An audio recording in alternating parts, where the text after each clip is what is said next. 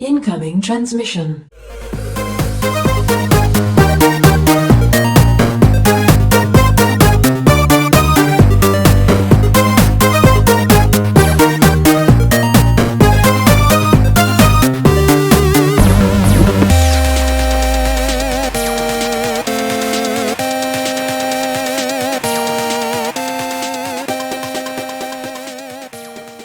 Welcome, Watchers of Illusion, to my Castle of Confusion, and welcome to the 7th Saga on the Super Nintendo. Yeah, it's an RPG today, kicking off your week. I hope you're having a great weekend, by the way. And are you ready for some more retro rewinds for this week? Which I haven't really planned anything yet, so it's interesting. I haven't done many RPGs on the channel, so I thought it was about high time that I did. So here we are. Yes, 7th Saga. So you get to choose your character based on whatever race or class they are. So we're kind of, well, we're sort of a RoboCop type character. It's weird because it's like you get to choose a demon and an alien. Whatever they were smoking, I want some. No, seriously. Who puts an alien into an RPG game and a RoboCop? It's weird. But let's see if it works, because that's what this is all about. Bringing you games that maybe you haven't seen before, but maybe you have seen before, maybe you've played this, maybe you owned it, I don't know. Let me know in the comments, because I'm always interested. And before we go any further, remember to click the like button and click the little bell icon so that you are well up to date with any new releases that come out on the channel. And that's pretty much daily, so but you know, just do it anyway. Why not? Doesn't cost you anything. Anyway, back to this. So we get to choose your warrior, you get to name your character. I chose an alien through my first, well, I didn't even do a first run, I did just a test run. I called him Bob. But for the sake of this video, we're going with this guy who's heavily armoured. And, yeah, he's pretty cool, actually. I like the look of him, so we've gone with him. And we get to do lots of investigation-y stuff. We get to search stuff. There's many jars. Ooh, we've received a herb. So, basically, this is your bog-standard RPG. You get to walk around, kill creatures, loot chests and things, and have battles, and actually form a team at some point. Which I'm hoping we'll figure out before the end of the review, but there we go. But from a graphical perspective, I like this already. Consoles were a bit of a hit and miss for RPGs. Obviously, we're not going to cover the Final Fantasies because they were a law unto themselves, really, weren't they? The Final Fantasy series, they were a juggernaut.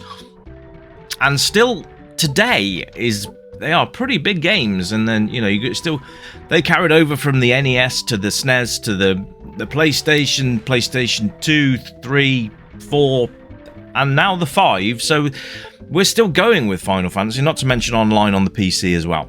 Lots and lots of stuff to do with Final Fantasy. But yeah, this is not Final Fantasy. This is the 7th Saga. So there we are. What I like is that the SNES does these kind of games a great deal of justice as well. It wasn't just for the action games, it was for the nice sit down and invest a good couple of solid hours into your gameplay. This is one of these games where you would want to set some time aside. Now obviously this review isn't going to be 2 hours long because that would be ridiculous. But I'm just going to review the first 15 minutes, as usual, as we do normally, and see how we get on. And see what we can see. So the reason I'm walking around the castle is, if you're unfamiliar with RPGs, the first thing you want to do is explore, because you never know what you're going to miss just literally by not walking around. See all these doors we can get into?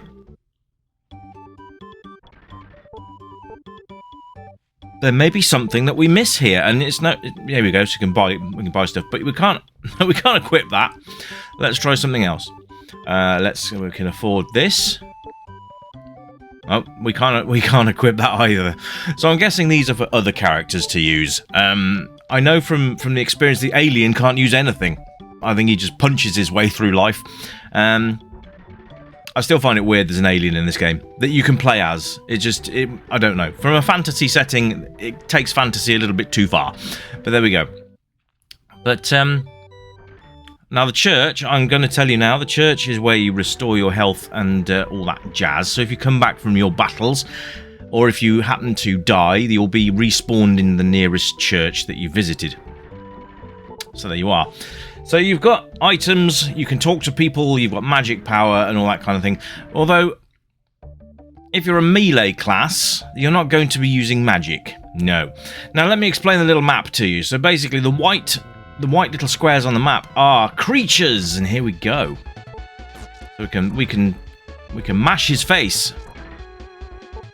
Like this. Yes. So what do we got? We got 12 gold and 26 experience points towards our next level there. That's pretty cool. So, yeah, the white dots on the map are creatures. They are constantly moving around. The white circles are settlements, so you can go and get to the next unit or settlement that you see on the map. Now, you'll see graphically, this is quite nice. So you have attack, defend, magic, and all that. Well, so magic is useless with us because we're not using a magic character. But you can defend your attack. Sometimes you can double attack as well, which I'm guessing is your crit. So if you crit something, you'll hit them twice. There we go, 26 XP and 33 XP. That's quite nice. So we're going to try and get to the next settlement, which is right here in this grassy land here. And we'll go in and have a look around here. So we always talk to people. They'll always give you clues and stuff like that. So from a graphic point of view, I like this. It's really quite nice. So you got lots of different creatures to battle with, sometimes more than one at a time, as you just saw. But it's all very nicely done. So if you like this kind of game, this is going to be right up your street. Now, I myself do like a nice RPG. My problem is I get into them and then I get stuck as to where to go and everything else. I think my favourite game from the Final Fantasy series was Final Fantasy X-2, which was really nice, or X2 if you like. That's one of my favourites of all time. On the PS3, loved it. And now they've done like HD remasters on every console available to man on Earth. Which is no bad thing. It's just that you don't really need more than one HD remaster, do you? But there you go. I will be looking at some Final Fantasy games down the line, because there's lots of them. But yeah, this is quite a nice one. It kind of came out of thin air, really. I was just having a fart about, trying to figure out what I was going to have a look at, and I thought, oh, this is different. Let's have a look at this. So you want to get yourself a few health potions as well, because obviously you're going to get attacked during these encounters, so you want to be able to restore your health as quickly as possible. They normally hit you for 1 point at a time, or at least I think at the moment they do, but as we get further into the game, the enemies get harder, they'll hit you for more, blah, blah, blah. So you want to get some potions, because in dungeons you're not going to be able to find a shop to heal yourself. So, yeah. There we go. Lots of exploration to do, lots of things to see, lots of people to speak with, and everything done in a really nice, cutesy manner, I suppose, is the way. It's very nicely done. The sprites are nicely drawn. It's well animated. It's just a good little game, really. Sound is really nice as well. You've got this sort of medieval soundtrack going through the game, which is cool. You get different soundtracks depending on where you are in the game as well. You do get sound effects as well for when you're out and about and you're... there you go. Can't cure or heal because we've already done that. So yeah. The sound and the music is very good. Quite a chill soundtrack actually as you go through the game, which is quite nice because you haven't got any sort of... But then when a battle comes in, it's very Pokemon. As in, you get that really sort of manic soundtrack come in, and it zooms into your battle. Encounters can be very random as well. So there you go. The controls are easy as well. Up, down, left, right, which will control your character up and around the screen at all times. And then you've got your inventory button, well, your action button if you like, where it will bring up a little sub-menu and you can select an action from there. Very simple indeed. And then you've got your select button, which is you select something to talk to, then you press your action button and it'll execute that command. Nice and easy, right? So, Let's see a show of hands. How many of you out there are RPG fans? How many of you are enjoy this sort of genre? I do. I like this game. I think it's very good. I like this style of game as well. See, that's very Pokemon-esque, isn't it? Although this probably came... Actually, no, it didn't. No, Pokemon was out on the Game Boy Color. And the Game Boy, just standard Game Boy. So, yeah, okay. Maybe they borrowed from that. But all in all, it's not a bad effort. So, this was released, but this was produced by Enix. I don't know if that was Square Enix or just a different company with a similar name. Maybe someone can help me out with that in the comments. Hey, comment section, go mad. So yeah, it's very good.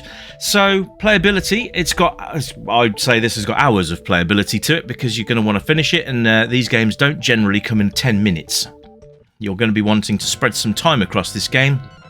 So as far as the save feature goes, I'm not sure. I believe it saves when you go to a nearest town. I could be wrong, but I've not seen any options to save. So that's something to look into. So replay value, once you've completed it, would you come back and do it again? I would, because you've got different characters, you've got different stats, you've got different magic abilities. Some of them are melee, some of them are magic users. You've got lots of different things. So we want to heal ourselves here. Let's use a potion. That uses one of your action points. So now we're going to get clobbered. There we go. And the birdie. Birdie must die. So there you go. There's a crit. Nice and that. If you get a crit, you basically will kill them in one shot, which is lovely. But yeah, replay value's absolutely there. If you want to complete it with this guy, then you can complete it with this guy. Then maybe pick an elf. They don't have as much health, but they pack a bit of a punch when it comes to magic. Each character has its own strengths and its own weaknesses, but you can see that when you actually create your characters. Naming your characters something funny is always a bonus for me. So this game gets a thumbs up for that, because you can name your character whatever the hell you please, whether you want it to be something like Sir Voskatov or Billy Big Balls. It doesn't really matter, but you can do it. It's up to you. It's just funny when they announce your name. So there you go. But yes, the 7th Saga, I recommend it. It is good fun, and if this is your jam, then let it dribble down your chin. Anyway, that's it from me, guys. I'll be back tomorrow with something else for you to look at. And until then, you keep it retro, and as usual, it's bye for now. Bye-bye!